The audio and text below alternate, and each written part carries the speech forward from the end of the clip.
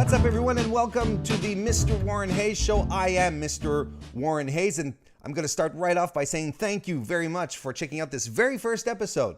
I'm trying this out for the very first time right here today. I'm doing this because I feel that there is a great lack of wrestling-related content being produced for the internet. So I figured I'd throw my hat in and see where that happens, where we go from here. And we're going to actually start, we're going to start right now. We're going to start by, in this very first episode, by reviewing Raw and SmackDown this week. Which week is this? The week of May 28th, 2018. We're going to jump right in. We're going to start with Raw. Raw was on Memorial Day in the United States. Memorial Day was last Monday. And the show opens with a military tribute package, and it's very well done. I found, WWE have done military related packages in the past that were a lot cornier, a little cheesier than this. I thought it was very well done, very emotional. It was a good job. Once we get into the show, Braun Strowman comes out, and he reaches the ring, grabs a microphone, cuts a promo. Crowd is super hot for Braun, no surprise there. And that's it. He starts cutting a promo, and it's interesting to note. I found Braun's mic skills have improved tremendously over the past year. Like, when you think about it, it's only just been about a year since he's been getting the push that he's been enjoying, and his mic skills have drastically improved. I remember last year they'd give him the stick sometimes, and they wouldn't have him talk much because he was very, very green, very uncomfortable. Now he's growing into the role. He's feeling a lot more confident. You can tell that this is that he's adapting very, very well. That he's working hard. So again, short promo, but effective promo. Less is more, I think, in Braun's case. Which works very well with his character because, he goes in, he gets things done, he smashes stuff up, and he leaves. I think his promo should go down the same way as well. So he puts over his presence at the Money in the Bank ladder match. He says that when he wins, he will refer to himself as Mr. Monster in the Bank, which kind of sounds like a bad DreamWorks movie. And he calls out Brock by name, which was pretty cool. I don't know if you noticed the reaction that the audience gave to that. I don't know if they were testing stuff out there in the back, but that was pretty impressive. Finn Balor's music hits. Finn comes down to the ring, and he has a microphone in hand. He cuts a promo as he's walking down, says he was the first Universal Champion.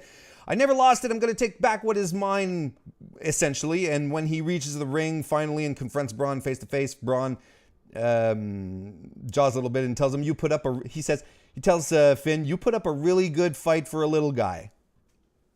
That was interesting. Finn, of course, then slaps Braun across the face like a major wham. You could hear that up in the nosebleeds. And for his troubles, Braun beats him up and literally launches him from one end to the ring to the other. That was the elevation that Braun got there, or Finn got by via the throw. It was ridiculous. Finn rolls out of the ring. Kurt Angle comes out and basically makes a match. Right then and there. He books Strowman and Balor right then and there.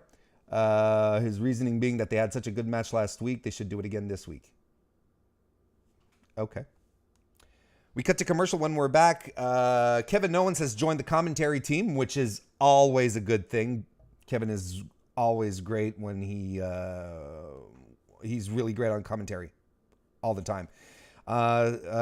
We have Bobby Roode who's looking at the match in the back because Bobby Roode is involved in the Money in the Bank match as well. It's a pretty good match. I liked it. It was fine. There was a lot of throwing, Braun throwing Finn around, and he was really dictating the pace. Again, I think these two told a really good story. Finn being the smaller guy, Braun being Braun. But what I enjoyed about the story that they were telling here wasn't like your classic little guy versus big guy. Little guy's going to chip away at the big guy's legs or something like that. Try and get the upper hand. It was really Braun dominating most of the match. Finn trying to mount some comebacks, but Braun just being really, really powerful. Being really in control of the match. Finn was being as scrappy as he could, And he eventually does get the upper hand down the line. But, just before we do get into the to the upper hand and get to the end, there was I really like the spot where Finn goes to kick Braun, and Braun literally catches the leg, like he grabs his leg, and then just sort of boots Finn down to the mat. I thought it looked like it looked really good power move. Then throughout the match, Kevin Owens at a couple of times actually got on the house mic on the PA system. And at some point, he started going at Braun, telling him, "What are you doing? You're the monster among men. What are you waiting for? You should be better than this." Then later on, when Finn is more in control, Kevin goes after Finn again, and as well says, "You were the first Universal Champion. This is ridiculous. You're getting creamed here. What's going on?" So that was interesting. Trying to stoke the flames. The finish of the match happens when Finn starts building momentum, and the audience really started getting behind it, which was a sign that it was a well thought out story. Finn goes on to the top rope and stomps Braun, who was on all fours on the mat, and he stomps him right there. Braun rolls into position into the drop zone, like the commentary team like to say, so Finn can jump up and hit a coup de grace. And he decides to do a second one because it's Braun Strowman, which I thought was pretty cool, thinking, well, one finisher cannot put this guy away. We need to do two. He climbs back up, and as he climbs back up, Kevin Owens interferes. He runs down the ramp to ringside and interferes and forces the DQ. He gets a ladder from under the ring and uses it on Finn, tries to use it on Braun. Braun grabs the ladder. Kevin knows he's screwed, so he just turns right around and hightails back out of the ring and up the ramp. And Braun then, who still has the ladder, just launches it over the ring and onto the ramp. That was a pretty cool visual. And Kevin really scrambled not to get hit. Kevin Owens really did his best not to get hit there. It was a fun match. I really liked it. I thought it was pretty cool. We had a recap as to why Jinder and Seth are fighting. It's all because of Roman Reigns, who wasn't on the show. Probably still on vacation with his family, getting harassed by ungrateful fans. We cut to commercial, and when we come back, Kevin Owens is trying to flee the building, but because of Braun, he's afraid that Braun is going to come after him now. But Kurt catches him. Says, "Where are you going?" Kevin says, "It's Memorial Day." Kurt says, "You don't care about Memorial Day, you're Canadian." Yeah. So Kurt basically says, "No, you're staying. I'm booking you in a match against Bobby Roode." There you go. We get a Sasha Banks iPhone promo for the gauntlet match. It was what it was. Then we cut back into the ring, and Elias is in the ring. All right, and this is my favorite segment of of both shows. This was so good. Elias basically decided, once again was going through his usual. I've got a song for you. I'm gonna get ready to, I have a song, the Walk with Elias thing, but then he started tweaking a little bit, and he managed to get levels of heat that I haven't seen him get before. Basically, telling the tech crew, could you bring in the lighting a little bit, because I don't want to see the disgusting crowd around the ring, which was magnificent. Yeah, that's better. And then he says again, I have this great song that I want to perform for you, but you're going to have to shut your mouths. Then he starts to play, and the audience is making noise. And he basically says, "Look, I can sit here all night. I don't want to hear a single word. I want to be able to hear a pin drop, and I'll stay here all night until you people shut up," which was amazing. And then we cut to commercial. And when we come back from commercial, he's still in the ring. He's still there, waiting for everyone to shut up. It was brilliant. And I was wondering, why are they giving him so much time? And why are they're pushing his arrogance and his sense of entitlement so hard now? And it was great. You know, we have a tendency to think about, to discuss about all the NXT call-ups that were mishandled and failed. Elias has been on main for about a year now. He's been handled wonderfully. I know a lot of people wanted Elias to be included in title matches way before this. Better spot on WrestleMania, but look at where he is right now with just a year of slowly building his character, making us understand who he is, making him compelling. Now all they have to do is push a little harder so that he goes over even more. And this is exactly what's happening. I was wondering why they were doing that, and I got my answer a little. Why they were allowing him to be so entitled, pushing his character a little further. I was wondering why they were doing that tonight, and we got our answer a little later. Seth's, so he's still in the ring. We come back from commercial, right? He's still in the ring. And so he's still in the ring. Seth Rollins' music hits. History has shown us that interrupting Elias during a performance is never a good idea. Seth hits the crowd, hits the ring.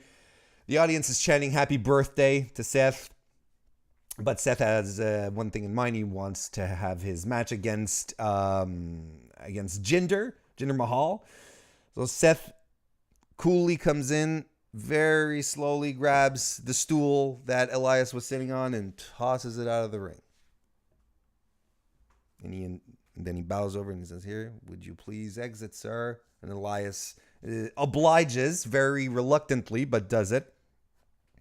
And then Jinder arrives for his match against Seth for the Intercontinental Championship. Seth explodes on Jinder as soon as the bell rings. And goes crazy on him. Sunil Singh distracts Jinder so that Jinder can. Sunil Singh distracts Seth for Jinder, so Jinder can get the upper hand, and Seth eventually mounts a comeback after hitting a face buster on the turnbuckle. There's some suicide dives. Mahal hits a really impressive double knee gut buster drop on Rollins. I'm not sure exactly if that's what you should call it, but that's what it looked like to me. That was really cool. I was really impressed to see that. Rollins eventually gets into the Colossus, but he reverses it, and he hits a Falcon Arrow on Jinder. I've written on Twitter that I'm a mark for a Falcon Arrow every time I see it. Makes me really happy. Eventually, once we get towards the end, Seth goes for the stomp, but Sunil Singh interferes again. The ref goes to expel Sunil, and the ref is outside of the ring expelling Sunil. Meanwhile, Jinder grabs a chair and hits Seth in the gut. While the ref is distracted, ref runs back in as Mahal goes for the pin, but of course, Seth, being who he is, kicks out. So there's no problem there. So he survives. Starts mounting a comeback. Sunil Singh runs back down the ramp. He's been expelled, but he's back in the ring to do some interference. And a very cool spot where Seth grabs Sunil and buckle bombs him onto Jinder, who's right there. And I swear, the way the Singh brothers get tossed around, it feels like they weigh like 85 pounds each. It's crazy. And then Seth, this was a bit of a weird finish, I find. Seth looks over at the chair that was used, goes and gets one and, takes the DQ. He attacks Jinder with the chair. I don't know. The commentary was putting over the fact that that Seth was, getting revenge for what happened last week, and then they were pulling out the chairs here. Maybe he's just getting a little too emotional. I mean, I'm fine with baby faces being a little overtly aggressive, especially when they've been in positions where they've been wronged. I don't feel that it's all that out of character either for Seth, because even though Seth is a baby face, I find that his character is, I find his character always has that little crunchy edge where you're like, Seth will do whatever it takes to win, regardless. So it's not a thing that, it's such a heel thing to do. We've known Seth mostly as a heel. We know how he can be, and I find he's translating that well into his babyface character. I don't have a problem with it. So he beats up Mahal all the way at the top of the ramp.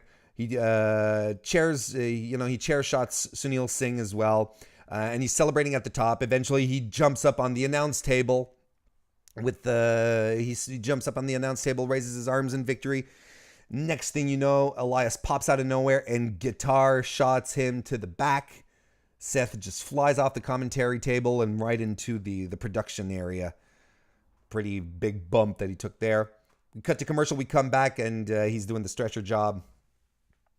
Audience is chanting "Happy Birthday" as Seth is as we see shots of Seth on the stretcher, and the commentary is being very quiet because they tend to be very quiet in these very dramatic situations to emphasize the drama of this situation. Then you could hear you could actually hear the crowd noise being lowered. Not supposed to be chanting "Happy Birthday." But but Seth actually decides to walk off. Just stand up and leaves. No, I'll walk it off. Because he's a tough guy. That was it was a fun match. And, I think, again, this is the kind of match where Jinder, when he works with someone who's fairly quick, and I think it plays off of Jinder's strengths. Someone who knows how to play off of Jinder's strengths. I think it works really well. I was pretty happy with how the match went. It wasn't a bad match. It was pretty good. Nia Jax comes to the ring, and her entrance is interrupted by Ronda Rousey. Nia's not pleased. Ronda goes and joins the commentary team because Nia is about to put on an exhibition, some kind of strength exhibition. I don't know exactly, to show Ronda how she will react, or what Ronda should expect. What Ronda should expect when they fight for the Raw Women's Championship. I'm having trouble. Raw Women's Championship at Money in the Bank. This was a weird segment, and there's really good positives, and there's some weird stuff in here, and I think I'm going to start with the weird stuff. First of all, Nia, one of the points that she's making with with Michelle Webb, who is the enhancement talent du jour, one of the things that Nia wants to put over is the fact that Ronda won't be able to put her in an armbar, which I understand. But what I also don't understand is that she lost to Asuka, Nia did, with an armbar. So it is possible to put Nia in an armbar. We've seen it before. So I'm okay. Well, maybe it's just tactics, psych out. That's fine. But, technically we've seen Nia lose to an armbar before. I don't see why they're making a point out of this. Yeah, and she did call this out as an exhibition, not a match. It was basically power, showing off power moves, showing off, this is what I'm going to do to you. And she ragdolls essentially the enhancement talent, Michelle Webb. But it came off as very heelish in a way. And again, I don't have a problem with, heel turns or whatever. That's not the issue. The issue is, it's kind of strange that they're doing this making Nia come off as a heel so soon after her win, or her feud, I should say, against Alexa Bliss, where she was clearly being put over as a babyface, an inspiring babyface, as far as outward appearance and anti-bullying.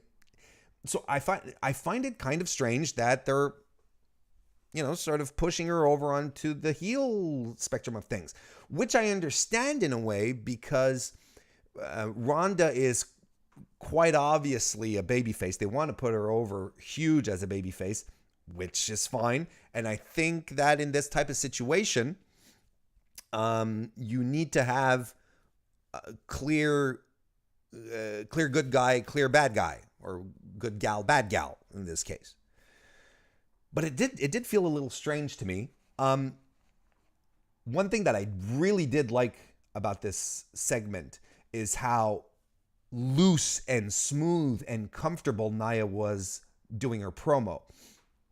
Her few promos that she did leading into her match at WrestleMania, and even her rematch at Backlash, she was very stiff, very stilted. You could feel that she was scripted. You could feel the script coming across as she was delivering her lines. Here she was very relaxed, very smooth. I liked it. I liked this Nia Jax in the ring, on the mic. Very comfortable, very convincing. So that was a positive. And the other positive is, I'm starting to care about this match more. Now it feels like we're having a confrontation, that there's some meat to the bone, versus how they actually had done the actual challenge, which felt more like a meeting of the book club, which was very soft and oh, well, you should do it. Oh, do you think I should? Yeah, I should. I didn't care for it much. I thought last week's segment with Stephanie was good, but it didn't really add anything. Now I feel a little more invested into the match. I thought it was a good segment. So yeah, a little heelish. Some heel vibe coming off of Nia, which was weird, but otherwise I thought it was really good. The Deleter of Worlds versus the Ascension in another time and space. This would have been an amazing feud. You kidding me? Broken Matt and Bray Wyatt against the Ascension. Let's say NXT Ascension. Anyway, it wasn't much of a match. Wyatt and Victor start. Wyatt dominates. There's not much to say here. There were a lot of headlocks, I found. There was a pretty good spot where Connor has Matt Hardy in a headlock. Hardy tries to reverse the headlock into a slam, but Connor holds on to the headlock. He actually gets slammed, but he holds on to the headlock. I thought that was pretty cool. And it ends with the kiss of deletion.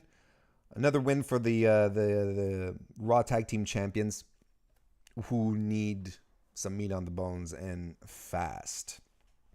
Get a segment with the B Team. It was a pretty funny segment. I think, I like how they're positioning Curtis Axel as the guy who thinks out loud. I think that, he was pretty funny. And Kurt Angle was actually very funny, showing those comedic chops that we know he's able to pull off. Where Axel was thinking out loud and Kurt was like, I'm standing right here. I can hear you. That was pretty funny. Riot Squad iPhone promo, trashing the women's locker room. I thought that was really fun. I thought that was really cool and something that they should be doing more with the Riot Squad. It fits their character. It fits what I think they're trying to do with the Riot Squad, but isn't getting over. You go in, you tear up stuff, you vandalize. That worked for me. It was a very interesting iPhone promo. Back to the ring, we get Bobby Roode versus Kevin Owens, because they're fighting at Money in the Bank. So all the Money in the Bank competitors have got to fight each other. We got some headlocks to begin by Owens. There's dueling Bobby Roode and Kevin Owens chants in the audience. I don't know if anyone picked up on that. That was really cool. Lots of action. There's a spot where Kevin Owens launches Bobby Roode into the barricade, and then he hits the cannonball senton onto the barricade, which was pretty cool. There, Kevin is mostly in control for the first part of the match. Roode mounts a comeback, does some kicks, hits his blockbuster. Series of reversals into a neck breaker by Bobby Roode. Owens eventually gets back in control. Roode is on the top rope. Owens climbs up to perform a superplex. Roode punches Kevin Owens off. And Bobby flies off the rope with a clothesline. Owens begins walking back up the ramp. Roode runs him down with a clothesline into the ring. Super kick by Owens gets 2. So that was pretty cool. Finish happens when Bobby Roode avoids a pop-up power bomb by Kevin Owens. But Kevin reverses it into a pinning combo, and Owen gets the win. And then Braun's music hits, goes after Owens, gets beat down. Bobby Roode interferes so that Kevin Owens can't escape, blocks off his path, so Braun gets him. Running power slam by Braun on Kevin Owens in the ring, does it one more time, and Bobby Roode, who's been cheering on Braun Strowman this whole time, gets power slammed as well by Braun for just being there. And that's kind of interesting because that's really shades of Stone Cold Steve Austin right there. Stone Cold was unpredictable. He worked alone. He didn't care about anyone. If you were in the ring, he could just, and even though you were on his side, he could just turn around, flip you the bird, stunner. That was it. Are there parallels to be made here? I do believe there are parallels to be made. It was a fine match. It was an okay match. I was kind of looking forward to this match because I feel that both Roode and Owens, work a similar style. But I was kind of hoping it'd be a little more physical. But it was fine. It was a good match. It was fine. We're starting the second hour of Raw with a follow-up to the Lashley sisters because, we really wanted to have a follow-up to the Lashley sisters. Sammy says that last week didn't go as he hoped. No kidding. And Sammy wants to apologize. He does an apology thing. It didn't. He pulls out his glasses, which is always funny, and he has the prepared statement. And he's having a hard time apologizing, and he ends up doing it. But then he backtracks. He reverses a bit his apology, and he says that he deserves more at Money in the Bank. He should be in the match. He should be winning titles. And instead of he doesn't feel like he should be issuing an apology to a repulsive crowd in Richmond, Virginia, which I thought was pretty funny. Lashley comes out. He puts over military families. His family is a military family as well. Challenges Sammy to a match at Money in the Bank. He shakes his hand, and then he starts crushing the hell out of Sammy's hand, who sells it like he's literally in a vice grip. So that was pretty cool. We have a Mickie James iPhone promo about seizing opportunities, putting over the fact that she's a 6-time women's champion. That was okay. Again, nothing really special. And then we had a match. Well, if you want to call it a match, Drew McIntyre versus Chad Gable was pretty much a glorified squash. And as much as I love Drew, I love Chad Gable as well. And it's starting to pain me a little bit how it's been paining me for a while, but it's really starting to get at me. The way they're handling Chad Gable, I really believe that he's better than jobbing out to bigger guys or whoever, actually. And sometimes, there's discussions online about, who would benefit from leaving WWE and heading out to the Indies, I really think Chad Gable would be right up there. If he were to set back out, never mind the WWE contract, go out for a bit, do the rounds, work on his character. The guy can talk. We know he can. He can cut a really good promo. He's got great personality, which WWE is just not using. He's fantastic in the ring. I think it would be super beneficial for him. Talk about, as opposed to Elias, talk about someone who was called up from NXT way too early. That's Chad Gable for you. Anyway, Drew won with the Claymore. I love Drew. I don't think he's going to be hanging around lower mid card very long. If they build him like they did, if they take the time to build him like they did with Elias, have this thing with Dolph run its course, have him turn on Dolph, or maybe not, but just position him into the upper tier. Man, McIntyre's money. Yeah. Not much of a match. Not much to say there. We had the B Team barbecue, which was okay. It's one of these things where, they start showing off the food. Oh, okay. There's baked beans. There's potato chips, what they called bo-tato chips. Bo Dallas was introducing those. Was introducing the bo-tato chips and the bo-tato salad. You could see where this was going to go.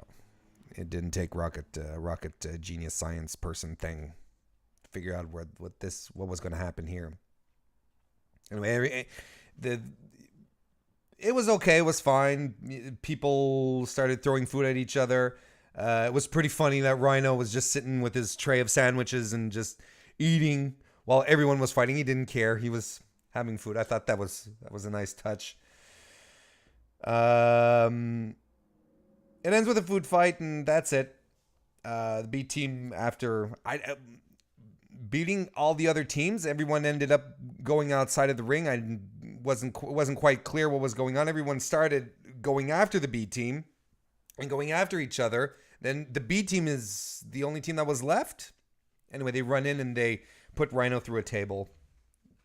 So maybe I'm kind of expecting... Will this ignite a match for next week? Heath Slater and Rhino looking to get revenge on the B team. No, next week there's... No, that's not it. There's a Battle Royal next week to determine the number one contender for the Raw Tag Team Championship. That'll be interesting. It'll probably be very short. Yeah, then they started running down the matches that they have for next week. Nia Jax versus Natalya, Finn versus Kevin Owens, and Braun versus Bobby Roode. Plus the Battle Royal. Kind of feels like there's actually some planning going on here. We reach our main event, which is the gauntlet match which involved Bayley, Sasha Banks, the Riot Squad, all three members, and Dana Brooke. And Mickie James. I was kind of mad when I realized that there was about 20 minutes left to Raw, and then when they pulled the trigger on the match. I was kind of pissed off because a gauntlet match will work when you have time to properly have matches. That's how a gauntlet match really works. We'll all remember the one from a couple of months ago leading up to Elimination Chamber where Seth did the Iron Man thing for about an hour, 50 minutes. I don't remember exactly. And it was punctuated with great performances. You really felt that it was a gauntlet, that it was exhausting, that was going through it, and the audience then gets invested because then the competitors who get in there early and who are able to drag this out and show their exhaustion and make that work. Man, it's an entirely different plane than what they let the women do on Monday. Even the gauntlet match that they had on 205 Live again, a few weeks ago, was much better than this. Drew Gulak put on a hell of a... See, this is the thing. We remember Seth Rollins' performance. We remember Drew Gulak's performance. Who do you remember from this match? What is going to stick with you from this match? And there were stakes. There were stakes to this match. The winner gets a chance to go to Money in the Bank. So of course there's investment. There's a reason to get into this. They were hyping it. They were giving us those iPhone promos. It was easy for us to buy into this. But if you put seven women? 1, 2, 3, 4. Yeah, 7 women into a match where they have an overall 20, where they have for the entirety of the gauntlet match only 20 minutes to perform, to make us believe and care about what's going on. No, it doesn't work. It didn't work. I was very disappointed. I was expecting a substantial amount of the show to focus on this. I was very, very disappointed. We didn't need the barbecue segment when you think about it, as opposed to this. Bayley comes in first. And so then the commentary team says, oh, Bayley's coming in first. She's going to have a hell of a time to make it through to the end. And they put the fact that since she's number one, it's going to be super difficult for her to reach the end of the gauntlet match, which is true. But there's also a number 2, which was Liv Morgan. And they weren't putting Liv over on that level. It wasn't like, oh, Liv is going to have a hard time too. And it's the same thing with the Royal Rumble. You get picked. You pick number 1 and it's like supposed to be like a kiss of death. But if you get picked number 2, it's a kiss of death as well. A match has to start with 2 people. It's not just one. Bayley and Liv were in terrible position in the gauntlet match to win. They were in the worst position.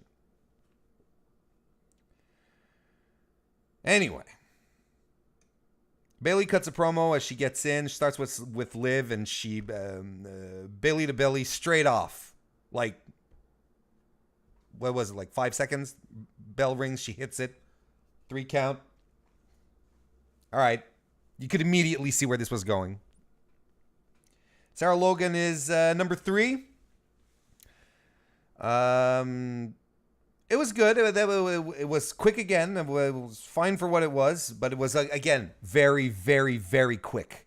Not as quick as Bayley taking out Liv Morgan, but so she eliminates Sarah Logan. Ruby Riott is number 3, so you get the Riott Squad out of the way. So Ruby Riott is number 3. Liv and Sarah Logan, both jump back into the ring and beat up on Bayley to soften her up for Ruby Riott, who picks up the scraps, and she puts Bayley away with the Riott kick. Dana Brooke is next. Ruby attacks her the minute she gets in. Dana gets some power offense a little bit. Somersault springboard splash, which was really nice. I like it when she does that. But she gets a Riott kick for her troubles as well. Mickie James comes out next to a big pop because she's the hometown girl, and people are super behind her. They know who she is, and the support was there right off. Mickie gets a nice head scissor takedown in this match, and a lot of people have been trying to pull head scissors, and there's always been delays. I've been seeing head scissors and Hurricane Ranas being performed recently, and they're not super fluid, but this here, that was spot on perfect. Mickie is bringing some life to the fight because, to be honest, it was really dead right up until this point. She goes to the top rope and hits a Thez press from the top rope. Mickie, like, I understand what her role is in the women's division now. Mentor, an expert in the ring, someone who can really help guide the younger talent. But man, she should get another run with the title. She's so good. And she's in perfect shape. She looks great. Anyway, each women dodge each other's finishers at the end, but Mickey gets eliminated. And by that factor, Ruby gets some of the biggest heat of the night. Now, at this point, Ruby has taken out Bayley. She's taken out Dana Brooke. She's taken out Mickie James. So at this point, had this gauntlet match been booked like a regular gauntlet match should be, Ruby Riott would be putting the Iron Woman performance of the night, and this would be something that should be helping her. But everything is so forgettable because it's so rushed. It's just another match. Sasha Banks comes out, and it's quite obvious at this point what's going to happen. There's some roll-ups, backslides, near pinfalls, basically is what I'm trying to say. There's a messy spot where Ruby picks up Sasha off the ropes and reverses it. Gets reversed into a Banks statement, but it didn't come off very cleanly. They did try their best to tell a convincing story here.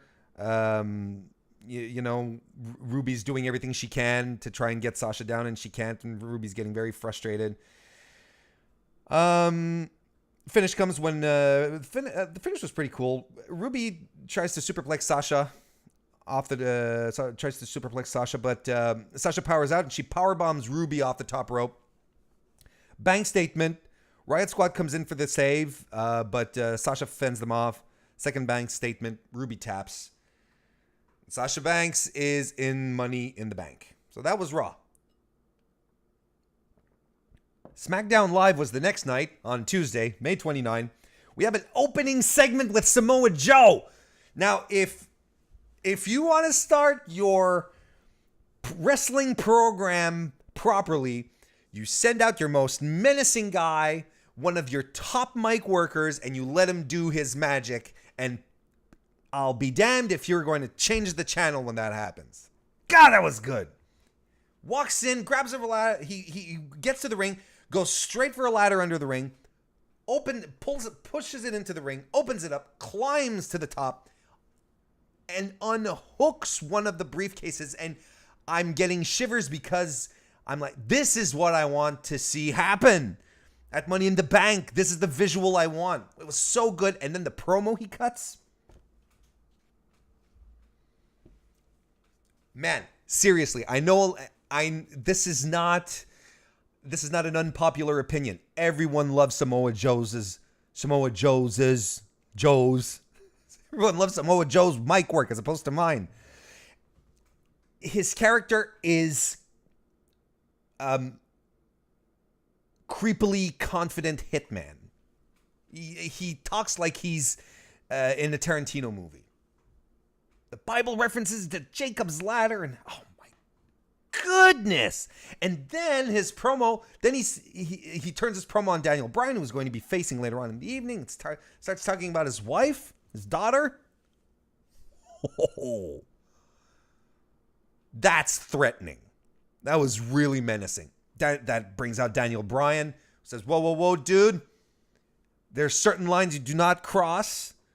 If you talk about my wife and my daughter, I will break your leg. And I like this. I like this fire from Daniel Bryan. I think it's good.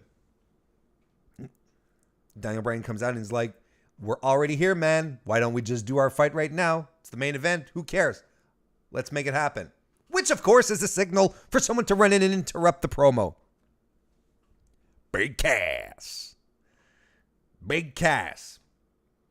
Comes out in his suit. He has a crutch. He comes down to interrupt the confrontation. The heat that he gets is phenomenal. Because even though Joe is a heel, people like Joe. They love Daniel Bryan. We were ready for this. Cass comes in and he claims that it's his Money in the Bank opportunity that these two have stolen from him, basically, that Daniel Bryan has stolen from him. And he says that he talked with Paige and Samoa Joe versus Daniel Bryan will not happen. Oh, the audience did not like that. And a lot of people on Twitter did not like that either. He said he will have his opportunity to face Samoa Joe once he's medically cleared to wrestle. The question is, when will he be medically cleared? Oh, he is cleared. And he swings his crutch at Daniel Bryan. Bryan ducks, and he wallops Samoa Joe with it. And Joe is going to have 2 huge welts for the rest of the evening, right on his side, right here. Right here.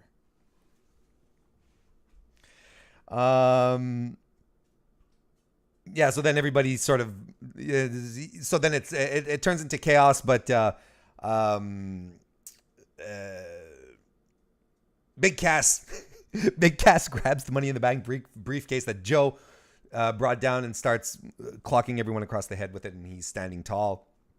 I think, a lot of people are not high on Big Cass, and I understand why, but I also don't understand why they're so negative on a guy who got injured for 9 months, 10 months.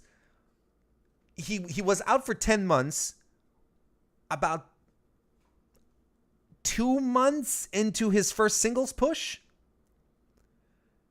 And now he's only been back since April, and people are already crapping all over him. I think Cass deserves some time to develop. His promo work is actually really good as opposed to last year. Let's not forget his shtick, even when it was in NXT, when he was with Enzo, real one. When it was with Enzo, Enzo did all the talking. Do you remember? Enzo would do the talking. He'd do the catchphrases. And then he'd hand the mic to Cass, who would wrap it up and say something about the city. And, he'd be like, and I only have one thing to remind you. S-A-W. He was very stiff. Not very loose. His promo work is very good right now. And it will improve. We see Shinsuke Nakamura auditioning for Sesame Street, and he's got numbers and he's counting. We see Paige backstage with the former members of Absolution, Mandy Rose. She makes a match later on in the evening. Mandy Rose versus Asuka, which I'm very interesting. And Ash, as Paige starts walking away from Mandy Rose, she bumps into Renee Young, who talks about the opening segment. And Paige basically goes, I don't know what Big Cass is doing talking for me. He's not general manager. I'm general manager. I'm making the Daniel Bryan versus Samoa Joe a triple threat match. I'm adding Big Cass to the mix. There you go.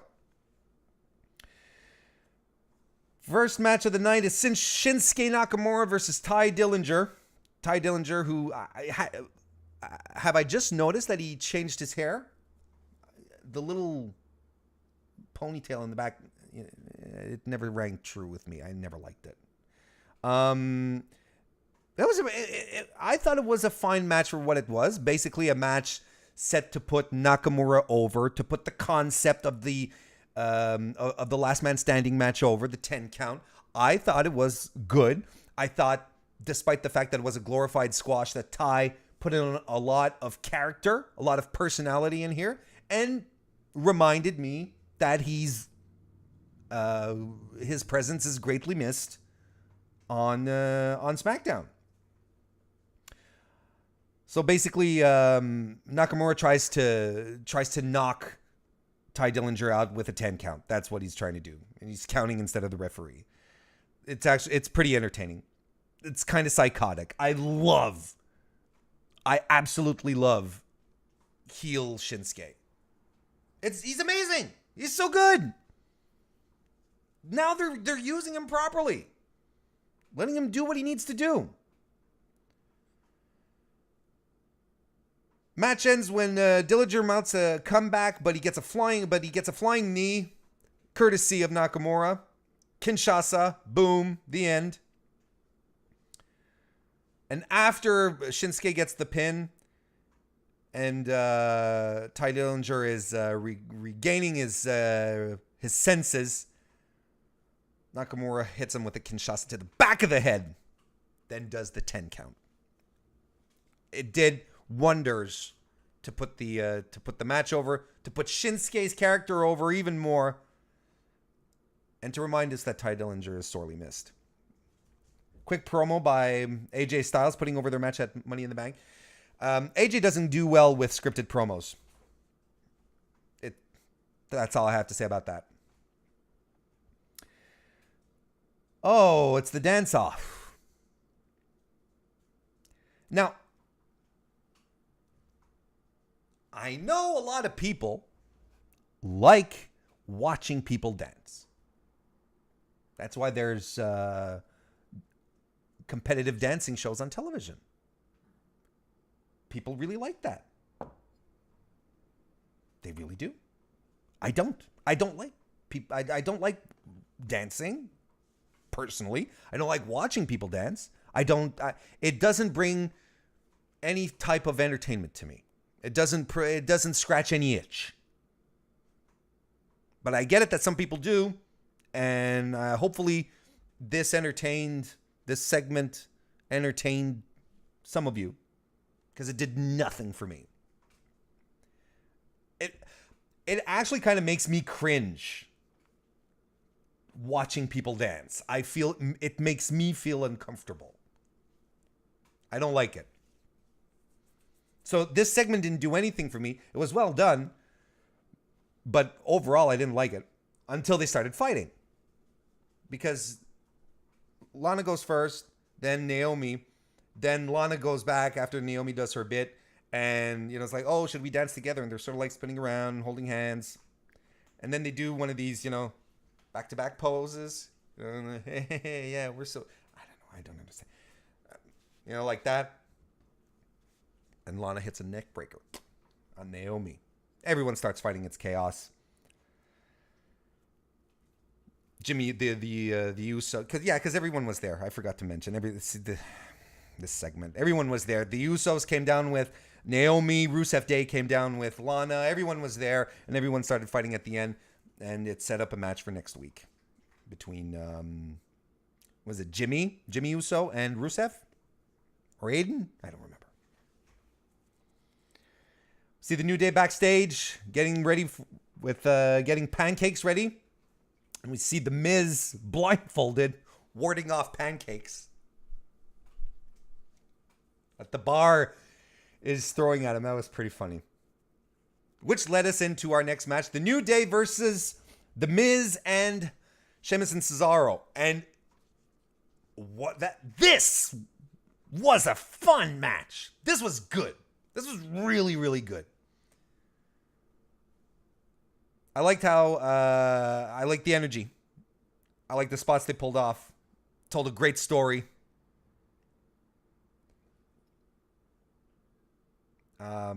I like the part where Miz baits Big E into a 3-on-1 situation outside. There's lots of heel tactics. Miz at some point goes for the skull-crushing finale on Kofi Kingston. He slips out of it and hits the SOS, which leads to a super hot tag from Xavier Woods. And Xavier is on fire. Performance of the night. Of the week. Of the night. Woods chops down Sheamus. Beautiful Hurricane Rana on Sheamus. A beautiful, beautiful, beautiful. Even springboards off Sheamus, who was on all fours. Springboards off Sheamus to the outside. Somersault dive on Cesaro. Cheers, buddy. Even Kofi flies to the outside on Miz. And then eventually the Bar tries to double team Woods. They can't get it done. Cesaro tries to hit the neuralizer. The neuralizer? When's the last time Cesaro hit the neuralizer? I don't even remember. Double team backbreaker by Big E and Xavier Woods. DDT from The Miz on Big E. Kofi saves. Sheamus tosses him out. Woods hits a spinning forearm. Tries to dive, but the bar catch him and toss him into the barricade. That was a pretty cool spot. And it's at that point that Kofi dives off the friggin' turnbuckle post onto the bar outside to take them off so Big E can catch The Miz all alone in the ring with the big ending for the win. This was so good.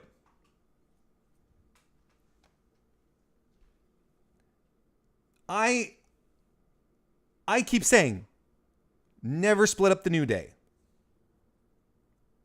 Especially if they're able to be booked in situations where they can be presented as credible single threats, like they're doing with Money in the Bank. There's no reason to break up the New Day. These guys are amazing. They have such chemistry together. And Miz works well with everyone. Everyone. And who would have thought, what is it, like 18 months, 2 years ago, when Cesaro and Sheamus were having their best of 7 series? Who would have thought they would have turned into such a great tag team? This is a fantastic match. Some of the fantastic match.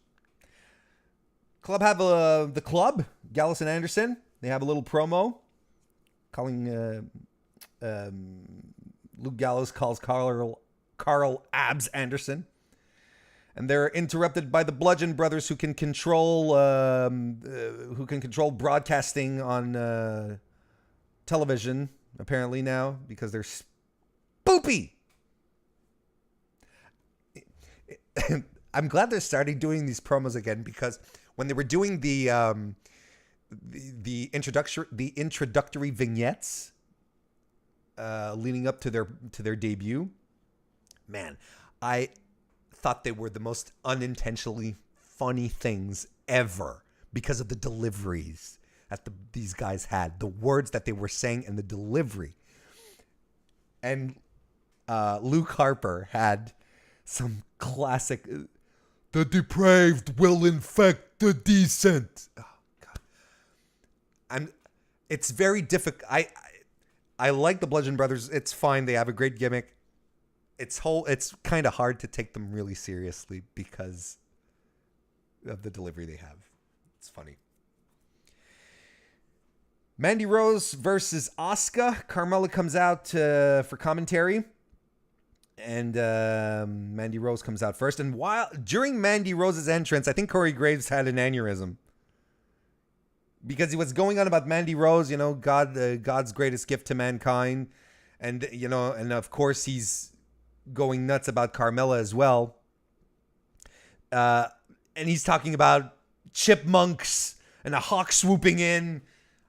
He was completely confounded. He didn't know who he should be putting over, who he was kayfabe in love with, I guess.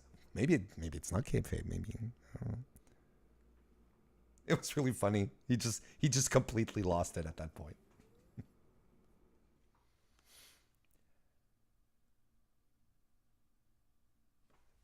Right. So, Sonya Deville blindsides Asuka. She's making her entrance as she walks down.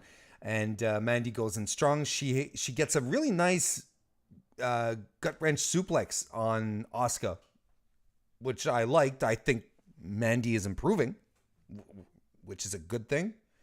And she's basically dominating Asuka. Obviously, the punch from behind completely threw Asuka off her game. Asuka gets a little later on, gets a top rope missile drop kick. And the finish sees Mandy putting Asuka into a pinning combo. Asuka reverses it into the Asuka lock and gets the win. It was what it was. Wasn't a fantastic match. Basically, just to set up, I guess, this final stare down between Carmella and Asuka, which I thought was really awkward. I was sort of half expecting one of them to point to a non-existent WrestleMania sign. Backstage promo with Becky Lynch and Charlotte to set up a match between them next week. We even got to see Paige come in to make the match. Make a little reference to PCB, which was cool. Man, Becky is such a natural promo. Charlotte is fine as far as promos go, but she doesn't have that natural, completely in control flow that Becky Lynch has. And man, I retweeted something this week, earlier this week, where Becky's cutting a promo in ring when she was SmackDown Women's Champion, and Alexa Bliss is in there as well. And man, Becky is so good, and she proved it again here. It's a small, tiny little promo, and she got in. It was perfect. Then we see a quick segment. Andrade Cien Almas comes out of the locker room, and he runs into Sin Cara. And Sin Cara is like, "Hey, friend," speaking half English, half Spanish. "Hey, it's good to see you." And Andrade sort of get him the, "Yeah, do I know you?" kind of thing. And Zelina Vega comes in and completely savages Sin Cara. "Who are you?" she asks. Man. So I guess this will probably set up a match next week where Sin Cara again is going to be completely demolished. Main event time. Daniel Bryan versus Samoa Joe versus Big Cass. I like this match. I know a lot of people were annoyed that Big Cass got thrown in, but WWE fans, you keep saying, you want WWE to build new stars, and when they start throwing new people into the mix of things, you're like, no, not this guy.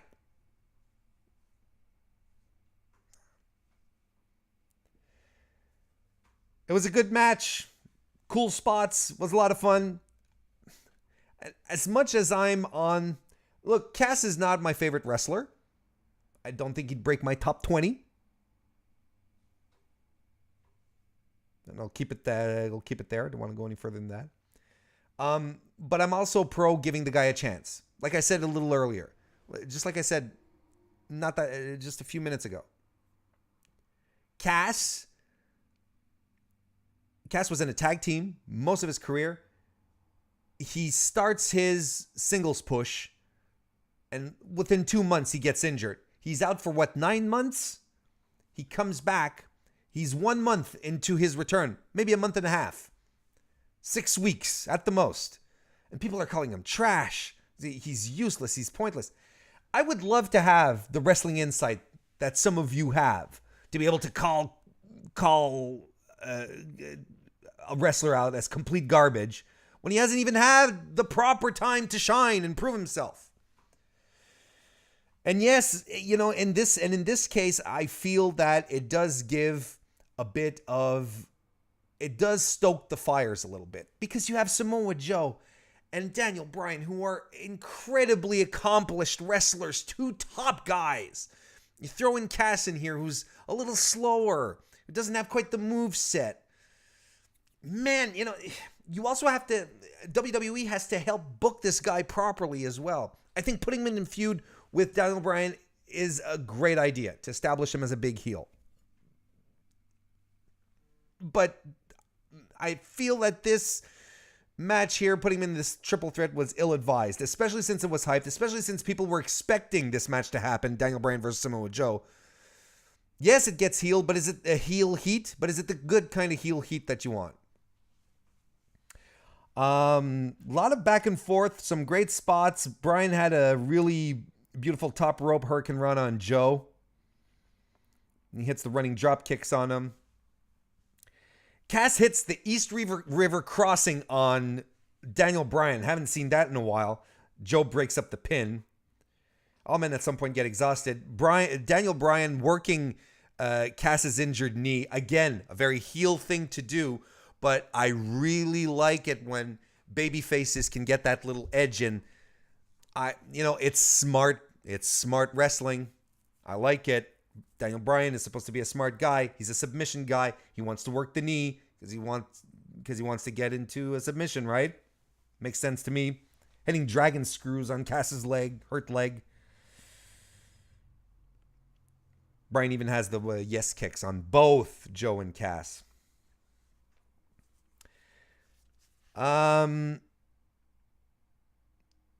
Bryan towards the end looks for the yes lock on Cass. Are they trying to get over the fact that because Cass's arms are so long that it's really hard for Bryan to put the yes lock on? Because it's not working. It just looks stupid. Everyone looks stupid. It looks awkward. It's not working. It's not that it's not that hard to lock in. Samoa Joe anyway breaks up the yes lock. Flying knee off the apron to Joe's face on the outside by Daniel Bryan. That was really cool. Bryan heads to the top rope with a missile drop kick on Cass. And he bounces up and he's full of Hulk up energy. Hits a knee. Joe gets the Coquina clutch on Daniel Bryan. He fades out. Match is over. Samoa Joe goes to Money in the Bank. And for good measure at the end, Big Cass recuperates and hits a big boot on Bryan and stands tall over him. That's funny. He didn't go down for the ground and pound. Very odd. He just stuck to the boot.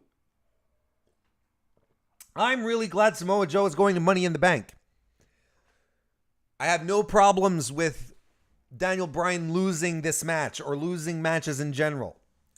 Daniel Bryan is the most over guy in the company. I have no problem with this. Samoa Joe, Daniel Bryan doesn't need Money in the Bank. He doesn't need it to help boost his profile or to get a chance at the WWE title in this circumstance. Samoa Joe does need this. He keeps saying, his entire feud with Roman after WrestleMania was saying, "You're a failure, Roman, and I'm going to expose you as the failure you are." And he's a big guy and he's convincing. He's great on the mic, but he doesn't deliver. It was the same thing with his feud with Brock Lesnar last year before he got injured. Roman says that he's the one who can slay the beast. He can't. I'm the guy, and he's super convincing. And you buy into Samoa Joe as a big, tough dude who can get the job done. And when he talks, he convinces you. But he wasn't able to beat Brock Lesnar either. Samoa Joe needs this for his credibility. And I think Samoa Joe should win, but maybe this is a discussion for another time. I'm okay with the ending. I'm okay with the win. I'm fine with Samoa Joe pulling out a victory here. I'm really glad he's going to be in Money in the Bank. There, I said it. And that wraps up my first review. Went a little long.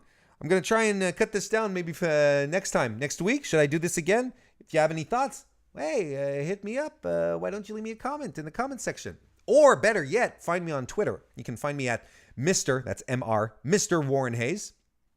I'm super easy to find, and I'm on Twitter quite a bit. So if you have, it'd be my pleasure to chat things up with you. Guys, thank you so much for sticking to the end. I really appreciate it.